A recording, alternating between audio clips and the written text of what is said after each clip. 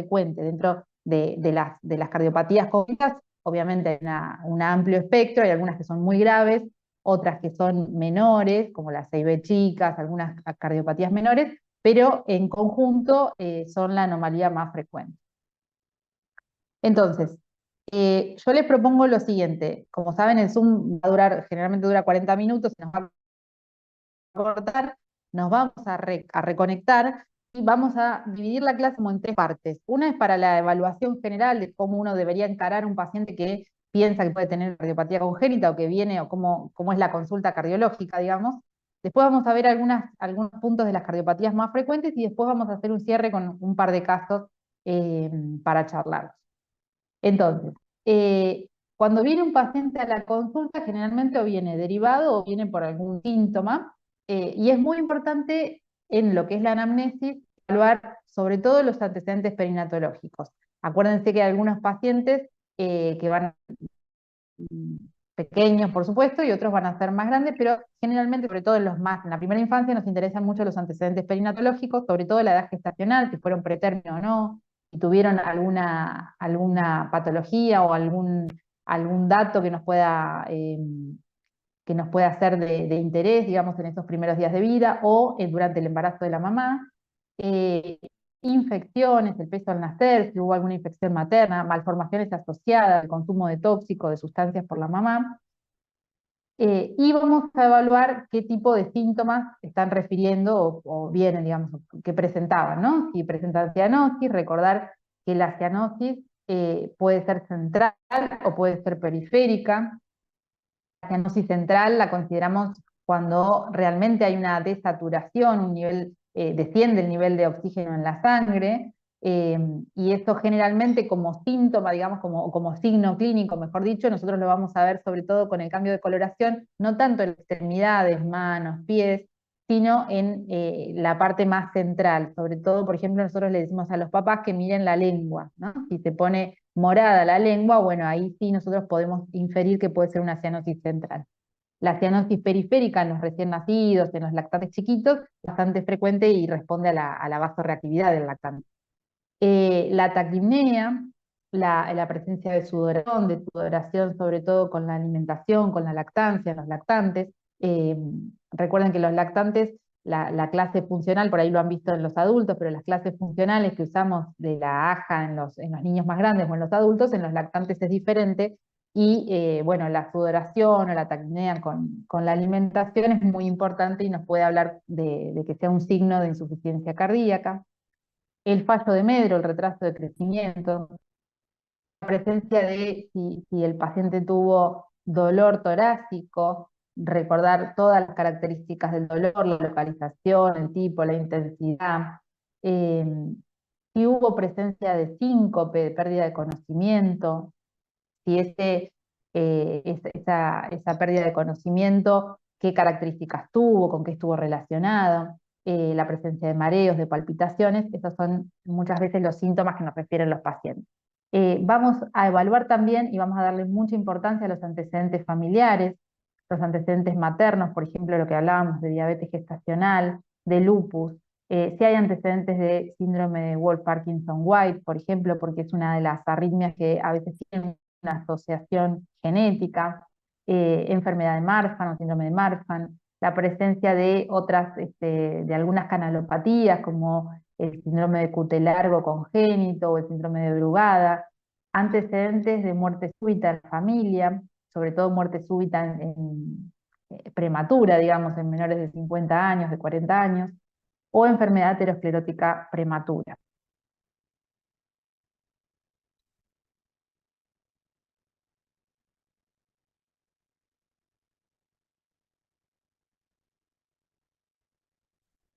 Bien,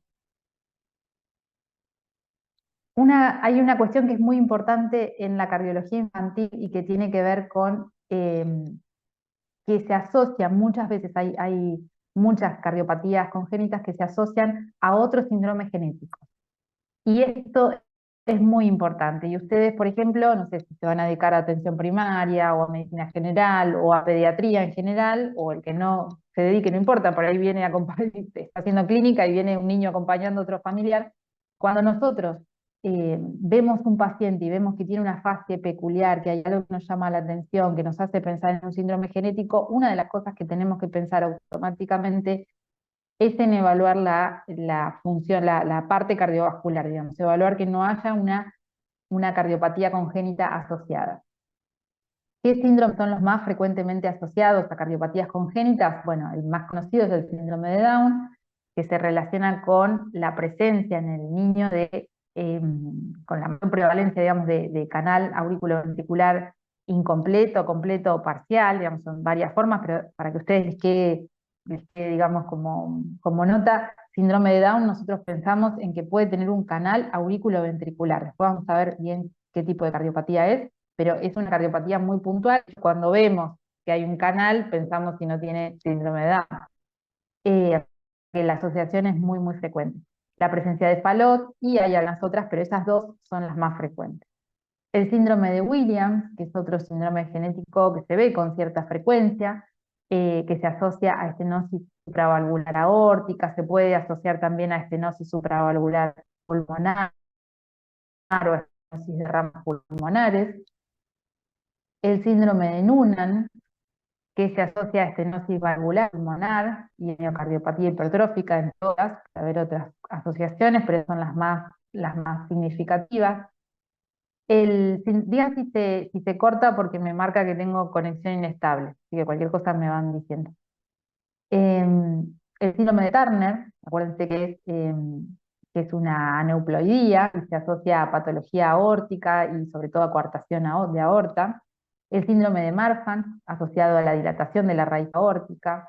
Las trisomías 13 y 18, que son trisomías que muchas veces se asocian a muy mal pronóstico y que tienen cardiopatías muchas veces asociadas complejas.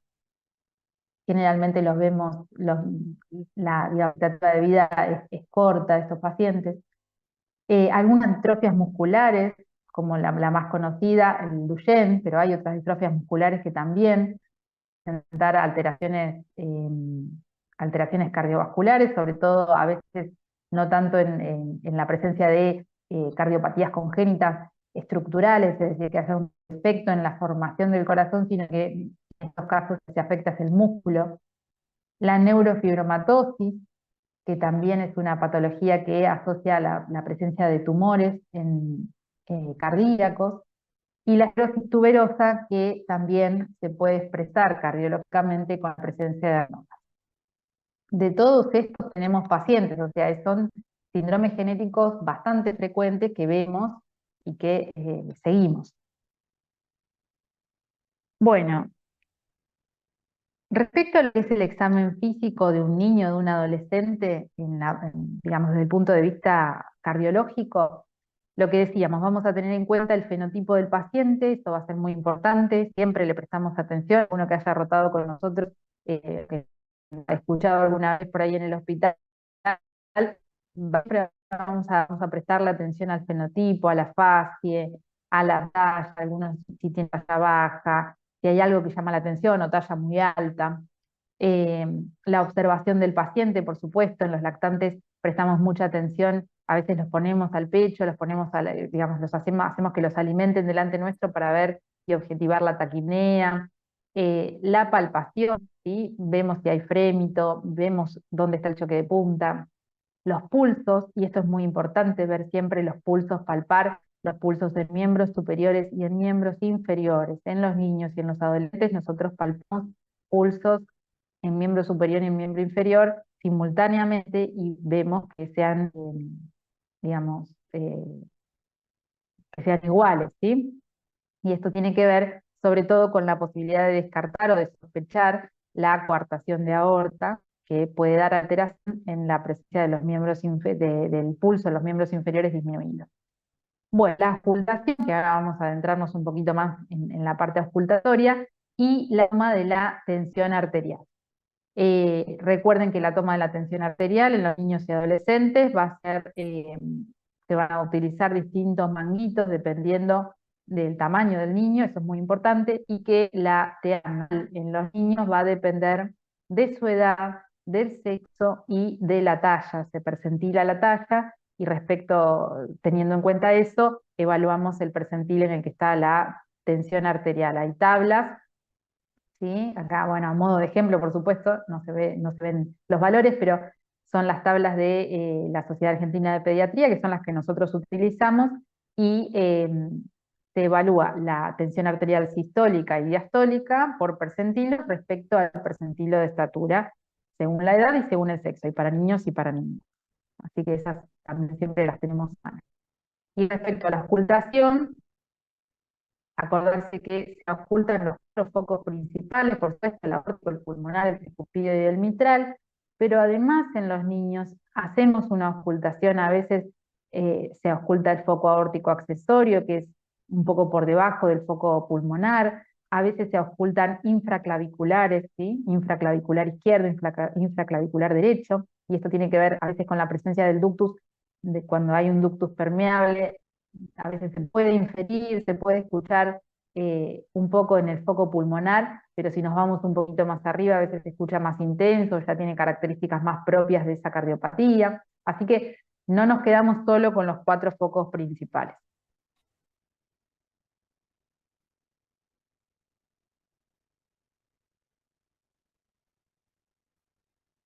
Bien, vamos a hacer rapidito, les voy a poner un videíto de los ruidos y algunos soplos, como para que los vayan escuchando. Igual ustedes ya han tenido, obviamente, acceso a los pacientes y deben haber escuchado soplos y ruidos, pero bueno, nunca está de más y los podemos escuchar.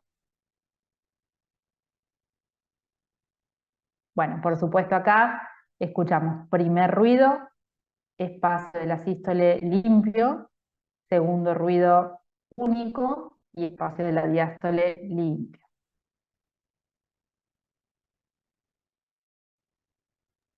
Erika, perdón que te corte, me parece que no se escucha nada, o sea, no estamos escuchando. Los... Ah, no me digan. Yo los escucho, pero ¿no se escucha? No, se ve en pantalla No, que se pone rojo y amarillo, pero no se rojo y escucha. amarillo. Bueno, no hay problema. Este sería, digamos, bueno, es el gráfico, el primer ruido, el segundo ruido un poco más fuerte. Si no los escuchamos, intentamos con algún otro, a ver. Este tampoco. No, Creo entonces que esto van. en la opción de compartir pantalla, o sea, Sí, cuando vos pones compartir pantalla, creo que hay un botoncito que dice compartir con audio, ahí abajo, a ver. como un tic que tenés que tildar. No lo sé, recuerdo eso, pero no Puede ser, estoy ahí segura. pongo, a ver. Sí, sí, sí. A ver. Em,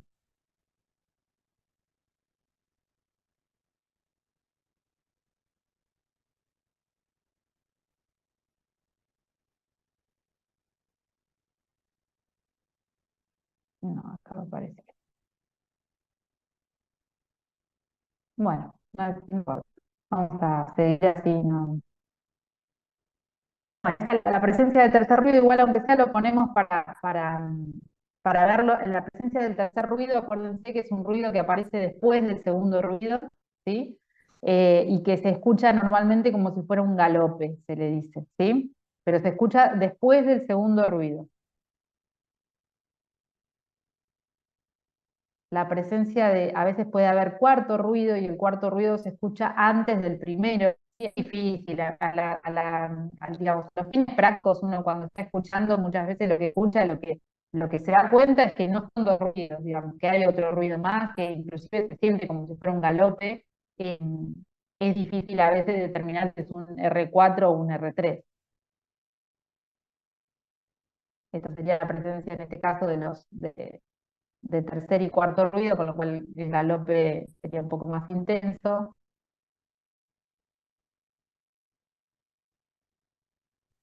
Y acá lo que se está viendo en realidad es un segundo ruido desdoblado. Esto en los niños, esto sí presten la atención, más allá de que aunque no se pueda escuchar, lo lamento, pero digamos, de pensar que el segundo ruido lo van a escuchar como un dum track, dum track, dum track. ¿sí? El segundo ruido se desdobla, y la verdad es que es bastante parecido a la onomatopeya que estoy haciendo, es dum track, y eso en los niños es muy frecuente de escuchar, el segundo ruido desdoblado solo en inspiración, ¿sí? Solo en inspiración. El segundo ruido desdoblado, variable, como lo anotamos nosotros o como lo explicamos, eso es un ruido fisiológico del niño.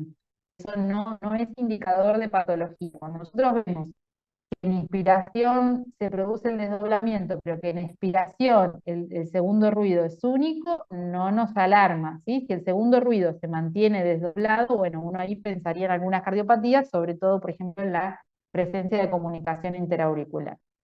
Pero el segundo ruido desdoblado es muy frecuente.